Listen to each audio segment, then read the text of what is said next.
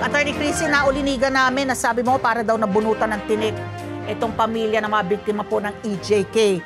Nakamonitor kayo, pasabog, ano po, yung testimonya ni retired Police Colonel Royina Garma, dating General Manager po ng PCSO.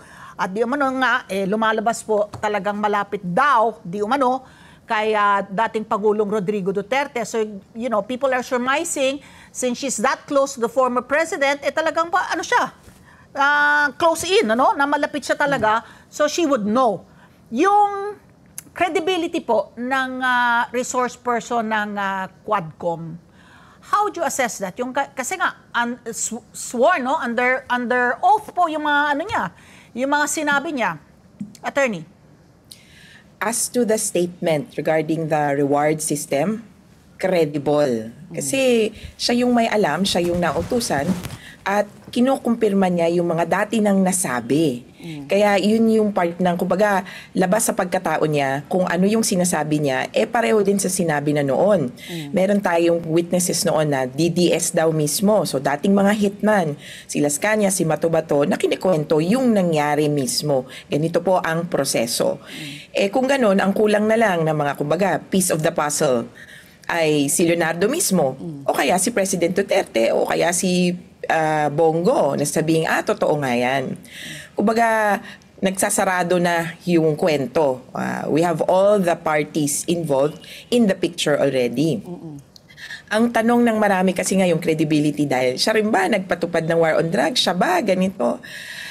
Pwedeng paghiwa-hiwalin yung pagkatao ni Garma dun sa sinasabi niya, dun sa particular din na sinasabi niya. Kasi dun naman sa Dapicol killings, dinedenay naman niya yon. Kaya as two pieces of the puzzle, itong portion tungkol sa reward system, para sa amin, maniniwala at naniniwala kami rito. Okay. So yun na nga, no? Pag-usapan natin yung reward system na sinabi nga ni Garma na nung tinawagan daw siya po ni former President Duterte, pinapagaya yung Davao. So is this an affirmation that there was also a reward system po sa Davao? So how does it translate now when we make it on a national scale? Ako yung iniisip ko, saan po kumuha ng pondo? Kasi nga, 20,000 para sa mga street pusher, tapos ganun kataas, no, hanggang 1 million para sa mga sinasabing mga drug lords, manufacturer, chemists. Saan po ito nanggaling po? Mismo ba sa pondo ng presidente, sa Intel fund niya, sa discretionary fund niya? Natuntun nyo na ba kung saan nanggaling po ito? Tungkol dyan, hindi pa namin na hanggang hindi nagsasalita yung mga nasa Malacanang, palagay ko hindi pa namin malalaman yan. Pero nung panahon na yan kasi si Duterte, pinauso niya yung confidential funds, intelligence funds, and so forth. Kaya posibleng doon, nung unang-una talaga, akala namin galing sa kumbaga quote-unquote official channels. Kasi yung PIDEA, DDB, so ito yung Dangerous Drugs Board, meron talagang silang program. Ang tawag doon ay Operation Lawmen. Kumbaga meron talagang reward, hindi naman rewards, no, pero intelligence information kapag nakapagbigay ka tungkol sa mga wanted ng gobyerno, yun yung ibibigay. Inaabangan namin yun sa COA-ball dapat yun. So makikita mo yun sa report ng ahensya.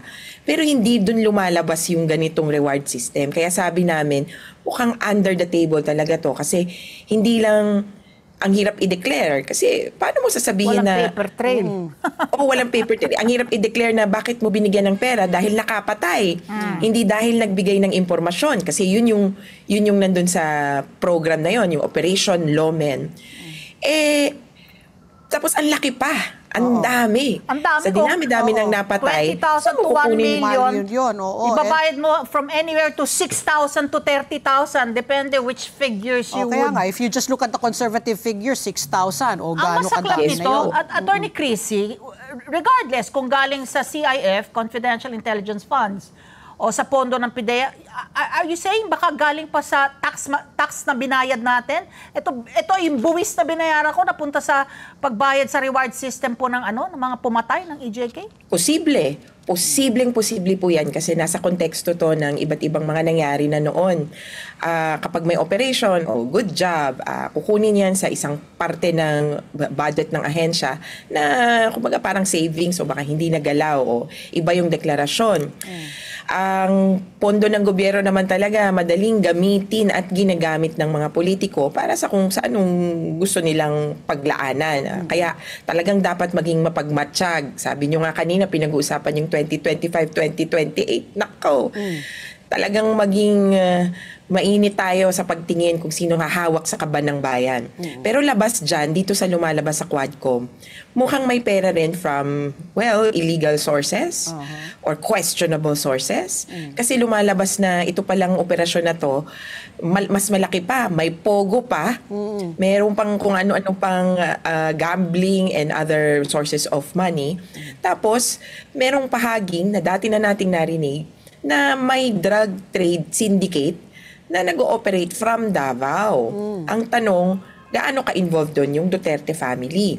Are they just protectors or are they the operators or are they the ones in charge of this drug syndicate?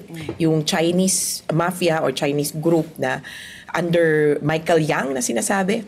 Wala pang testimonya tungkol dyan. Pero habang haka-haka yan, ba talaga ang taong bayan mapag-iisip.